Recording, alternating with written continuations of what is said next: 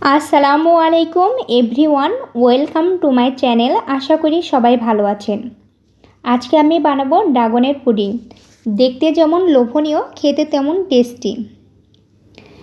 এখানে আমি প্রথমে একটি ড্রাগন নিয়েছি, তারপর ড্রাগন ভালোভাবে ধুয়ে পরিষ্কার করে নিয়েছিলাম। রঙিন ও সুস্বাদু ড্রাগন ফল শুধু খেতেই নয়, দেখতেও একদম আনন্দ লাগে। দেখুন, সুন্দর লাল রঙের ড্রাগন ফলে রয়েছে ভিটামিন সি, ফাইবার আর অ্যান্টিঅক্সিডেন্ট, যা চুল, ত্বক আর হজমের জন্য একদম পারফেক্ট। ড্রাগন ফল শুধু সুস্বাদু ফল নয়, এতে রয়েছে পুষ্টিগুণ ভরপুর। আমি একটি ড্রাগন ফল দিয়ে পুডিং তৈরি করেছিলাম, আপনারা চাইলে দুইটা দিয়ে করতে পারবেন। এখানে আমি একটি ড্রাগন ফল মাঝ বরাবর ফালি করে কেটে নিয়েছিলাম। চাকু দিয়ে কেটে নিলাম, তারপর আমি এভাবে 4 ফালি করে কেটে নেব। আপনারা আপনাদের পছন্দ মতো ফালি করে কেটে নিতে পারবেন। এবার আমি একটি প্লেটে সুন্দরভাবে সাজিয়ে নিয়েছিলাম। ড্রাগন ফলের চামড়া ফেলে দেব। তারপর আমি চাকু দিয়ে ড্রাগন ফল মাঝ বরাবর কেটে নিব। আপনারা আপনাদের পছন্দ মতো চাকু দিয়ে ছোট বড় সাইজের টুকরা করে নিতে পারবেন। তারপর আমি একটি বাটিতে সবগুলো ড্রাগনের টুকরা উঠে নিব। তারপর আমি হাত দিয়ে ড্রাগনগুলো ম্যাশ করে নেব।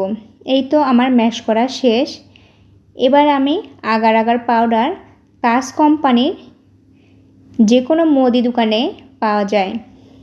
একটি বাটিতে আগার আগার পাউডার সাথে পানি দিয়ে গুলে নিলাম। এবার একটি পাত্রে ড্রাগন ম্যাশ করা চুলাতে অনবরত নাড়তে থাকব। তারপর আমি 7 থেকে 8 মিনিট হালকা অল্প আঁচে জাল করে নিব। এর মধ্যে আগার আগার পাউডার দিয়ে দেব, সাথে আমি চিনি অ্যাড করেছিলাম।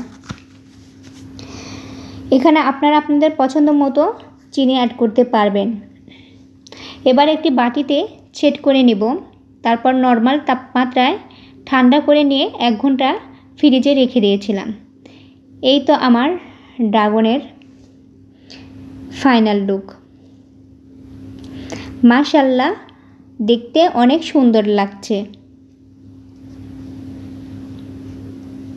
তারপর আমি একটি পুডিং চাকু দিয়ে কেটে নিব। আমি আমার মতো করে কেটে নিয়েছি, আপনারা আপনাদের পছন্দ মতো কেটে নিতে পারবেন। মাশাআল্লাহ, খেতে দারুণ ও মজাদার ছিল। আশা করি আজকে আমার ড্রাগনের পুডিং আপনাদের অনেক ভালো লেগেছে। ভিডিওটি দেখার জন্য সবাইকে অনেক ধন্যবাদ। সবাই ভালো থাকবেন। আল্লাহ হাফেজ।